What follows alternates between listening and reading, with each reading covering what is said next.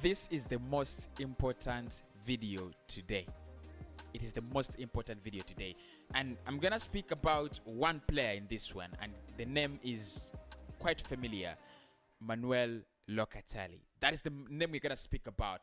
In the last 1 hour or so, I told you to follow me on Twitter, and if you're following me on Twitter, you're seeing the fire. I mean, you must be following. You must be either following me or you have turned on, your Twitter in UK. Otherwise, if it is Twitter Uganda, then you're not actually following things. But in the UK, there's a lot going on. And on my Twitter handle, if you're following me, my Twitter handle is Cossy. So just go on Twitter, type in Cossy, Cossy. You'll see my very handsome face there, and you'll be able to follow me. And the reason I tell you to follow me is there's a lot of news at times, and I really can't break them. I can't break the stories at once. So what I do is I upload those stories on Twitter. Basically, people want me to give you updates on WhatsApp. It's impossible. I can't do that. But Twitter is an easy way because I can retweet. I can put out 2 tweets in a minute and things like that. To a broader audience. So big up to all the people who are on the Twitter community. Big up. So a lot has been happening with Manuel Locatelli, and if you look at that headline that I've used, Locatelli is joining Arsenal, there is absolute sincerity in that headline. And I said earlier on that if Locatelli goes to Arsenal, I'll be wrong. If he doesn't join Arsenal, I'll be right. And it seems like now I'm on the wrong side, at least for the moment. So what is happening? So in the past 3 hours, Juventus and Sassuolo have had a meeting to discuss the future of the player. And I told you this yesterday, that the meeting was scheduled for today. Fabrizio did give us an update, and I delivered it just minutes after he had given it to us. So they were in a meeting to discuss the future of Manuel Locatelli, and basically that meeting was for Juventus to give us their bid as well as their payment structure. So earlier on, before Juventus and Sassuolo met, Arsenal had actually gone in with a very high bid that surpasses the valuation of Sassuolo, because Sassuolo were comfortable with 40 million euros without add-ons. That is their valuation of the player. Arsenal actually went in with 40 million euros guaranteed payments, right? 40 million euros guaranteed payments plus add-ons. That is a huge offer. It's like your TV. You're selling your TV set, for $100, and then someone gives you $110. It's like you really can't refuse the offer. You would be mad. You'd be absolutely mad. Now, Sassuolo told Arsenal, yes, you have the offer is good.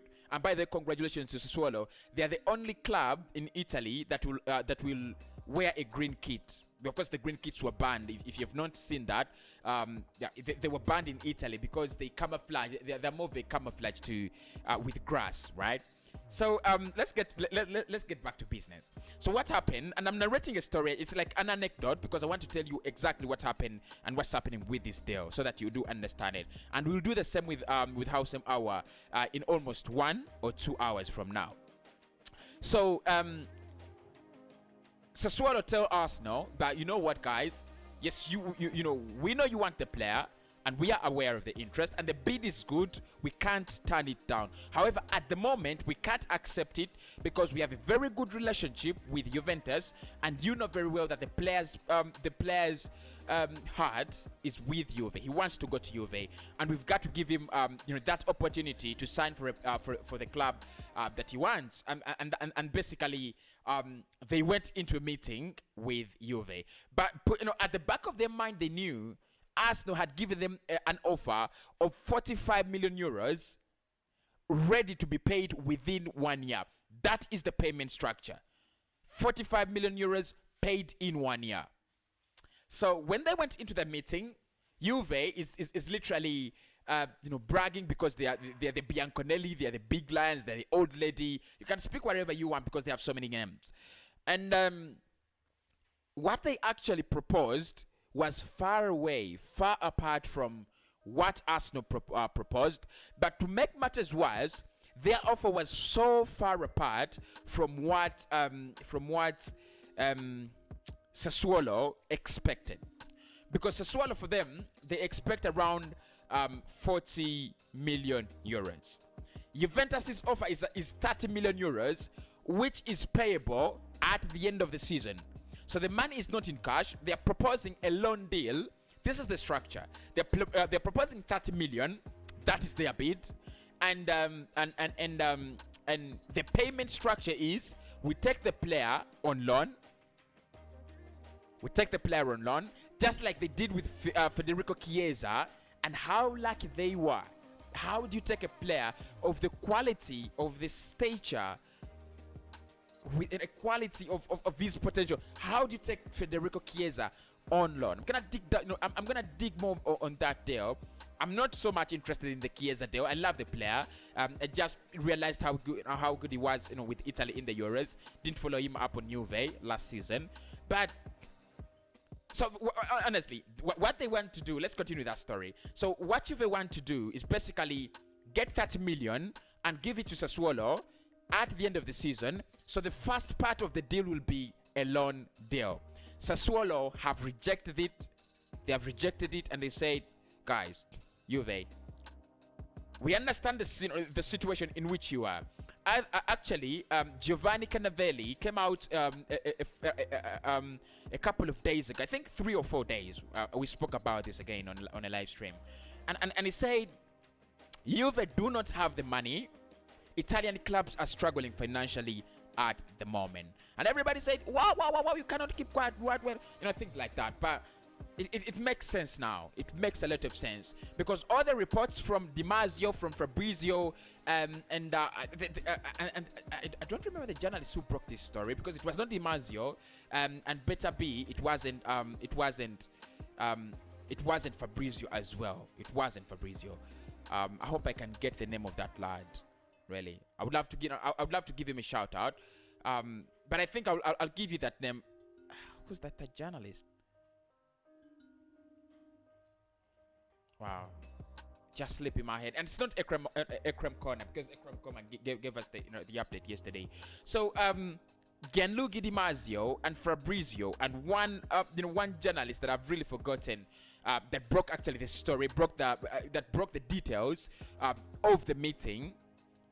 They claim that Juve is in a very difficult situation financially, and they claim that Juve will have to go to do a lot of economic clearing up if they're going to meet the valuation of Sassuolo, or even better be so, to meet the valuation of Arsenal, the bid of Arsenal, which is around 45 million euros, and also meet the standards at which we have put the payment structure, which is around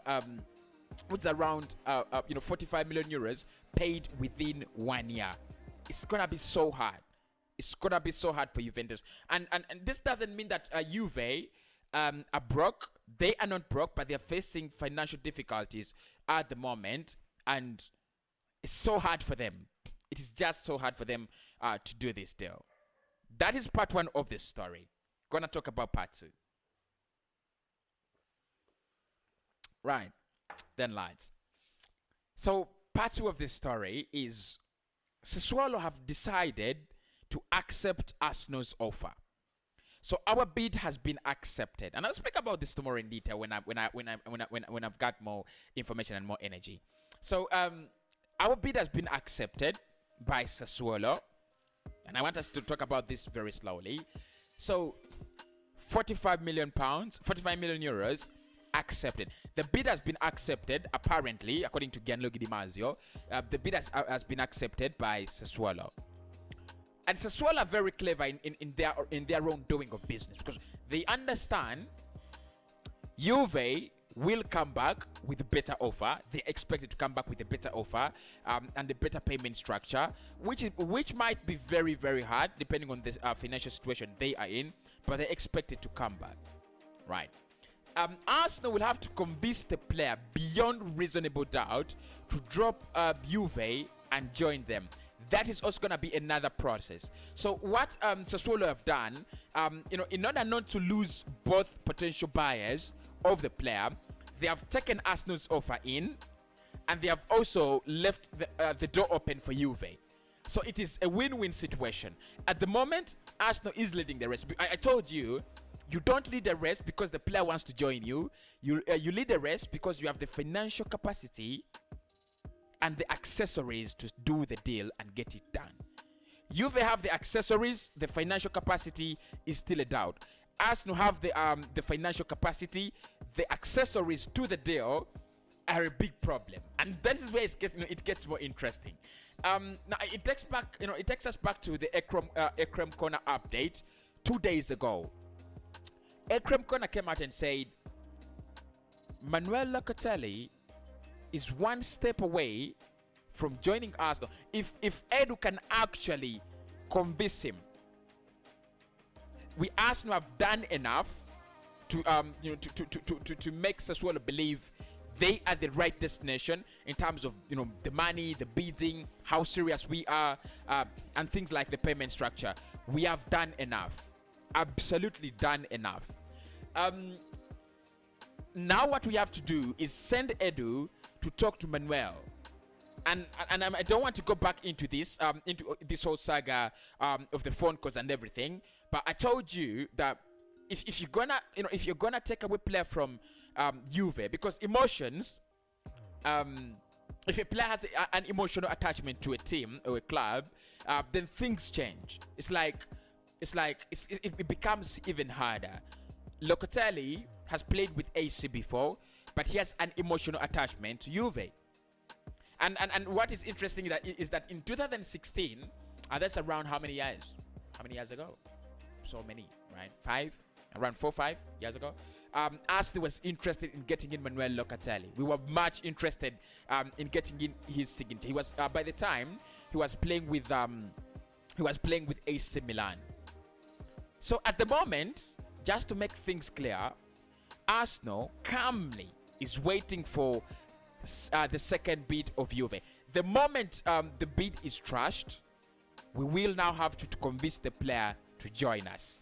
The ball is finally in the middle. We have one hand to the ball, and Juve also have another hand to the ball. Will Manuel Locatelli join Arsenal? There is a possibility. The player has already said, I wouldn't be very close to a move abroad, but my first priority is Juve. Juve are saying, we like the player, he is our priority, we want to take him on a loan deal, and we shall actually include an obligation. Of course, with obligations, whether the player does well or not, you've got to pay the money. Arsenal are not talking about loan deals. Obviously, we don't have any relationship, and that's one of the problems that we've got as Arsenal. I don't think we have so many good relationships with clubs. I don't think, honestly. I don't think. Like United, if they wanted to sign a player from Southampton, I think they would. Or Liverpool. I think Liverpool have a very good relationship with Southampton, by the way. They've got money there. They've got Mane, Ricky Lambert, the likes of... did they get Lallana there? Or did Lallana come from... I think they got Lallana from Southampton as well.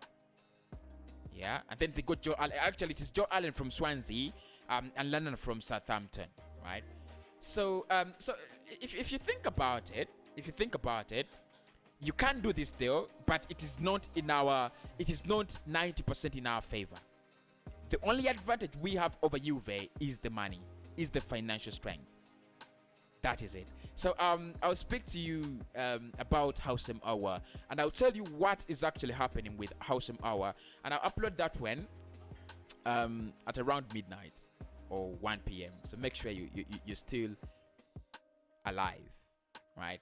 So I'll speak to you very, very soon. Don't fall asleep. See you then.